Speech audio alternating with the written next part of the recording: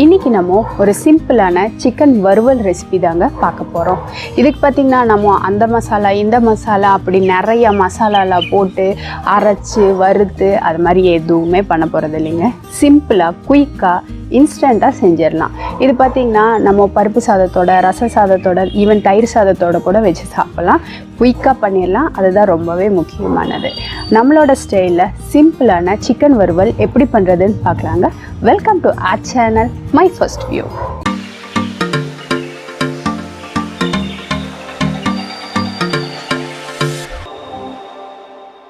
இங்கே நம்ம ஒரு ஐரன் கடாய் வச்சுருக்கோம். நல்லா ஹீட் ஆனதும் ஒரு ஸ்பூன் அளவுக்கு எண்ணெய் சேர்த்திக்கலாம்.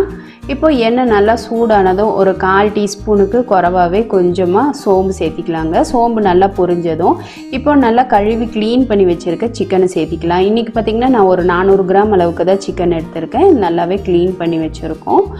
இதில் பார்த்திங்கன்னா நமக்கு அதிகமாக மசாலா, கரம் மசாலா அதெல்லாம் ஒன்றும் சேர்க்க போகிறதில்ல. சிம்பிள் சிக்கன்னு சொன்னதுக்கு ஏற்றாற்போல் ரொம்பவே சிம்பிளாக இருக்கும். ஆனால் டேஸ்ட்டு பார்த்திங்கன்னா அல்டிமேட்டாக இருக்கும். இந்த சிக்கன் பார்த்திங்கன்னா நல்லா சுருண்டு வர்ற வரைக்கும் இந்த எண்ணெயிலேயே நல்லா வதக்கி கொடுத்துடலாங்க. இதுக்கு நம்ம தண்ணியும் அதிகமாக சேர்க்க வேண்டிய தேவையில்லை. பொதுவாக சிக்கன்னு பார்த்தோம்னா அதுக்கு நம்ம தண்ணி அதிகமாக சேர்க்க வேண்டாம், அதுதான் சொல்கிறது. அடுத்ததாக நம்ம லைட்டாக நம்ம ஒரு 2 நிமிஷம் போல் மூடி வச்சோன்னா இந்த சிக்கனில் இருக்க தண்ணி எல்லாம் தன்னை போல் ரிலீஸ் ஆகி வந்துடும். பார்த்திங்கனாலே தெரியும், சிக்கனும் நல்லா சுருண்டு வந்திருக்கு, அதில் இருக்க தண்ணியும் நல்லா ரிலீஸ் ஆகி வந்திருக்கு. இப்போ இதுக்கு தேவையான அளவு உப்பு, கொஞ்சமாக ஒரு சிட்டிகை அளவுக்கு மஞ்சள் பொடி சேர்த்திடலாம். கூடவே ஒரு 1/2 டீஸ்பூன் அளவுக்கு இஞ்சி பூண்டு விழுதும் சேர்த்திடலாங்க. இதெல்லாம் சேர்த்திட்டு நல்லா ஒரு தடவை கலந்து விட்டுடலாம். இப்போ வரைக்கும் நம்ம தண்ணி எதுவும் சேர்க்க கிடையாது. அந்த சிக்கனில் இருக்கிற தண்ணி மட்டும்தான் நமக்கு ரிலீஸ் ஆகி வந்திருக்கு.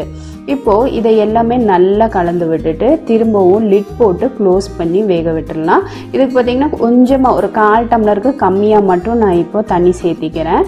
ஏன்னா நம்ம ஓப்பன் குக் பண்ணுறதுனால கொஞ்சம் நமக்கு ஆவி போகும். அதனால நான் கொஞ்சமாக ஒரு 1/4 டம்ளர் அளவுக்கு தண்ணி சேர்த்து வேக விட்டு எடுக்கிறேன். இப்போ பார்த்திங்கன்னா சிக்கன் ஓரளவுக்கு நல்லாவே வெந்திருக்கு. இப்போது இதை நல்லா திரும்பவும் ஒரு தடவை கலந்து விட்டுறலாங்க.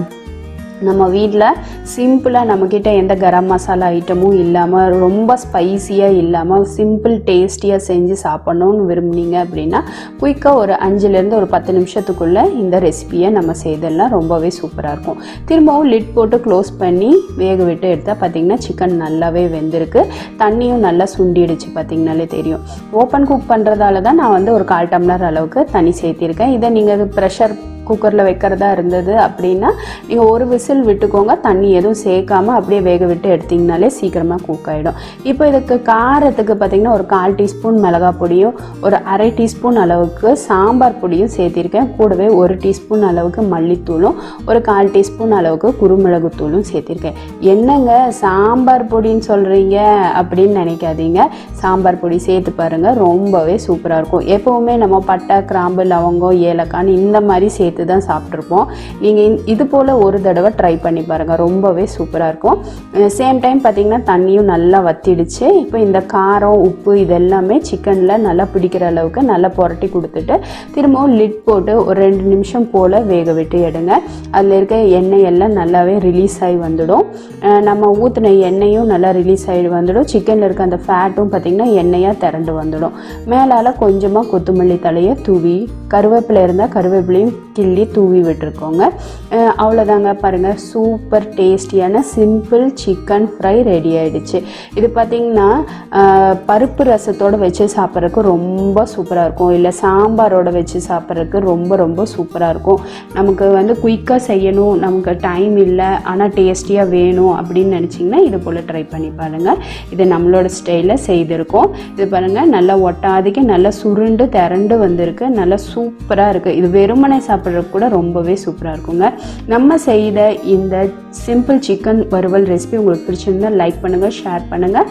மறக்காமல் மை ஃபர்ஸ்ட் வியூவை சப்ஸ்கிரைப் பண்ணுங்கள் ஃப்ரெண்ட்ஸ். பெல் ஐக்கானோட ஆல் ஆப்ஷனை கிளிக் பண்ண மறந்துடாதீங்க. தேங்க்யூ.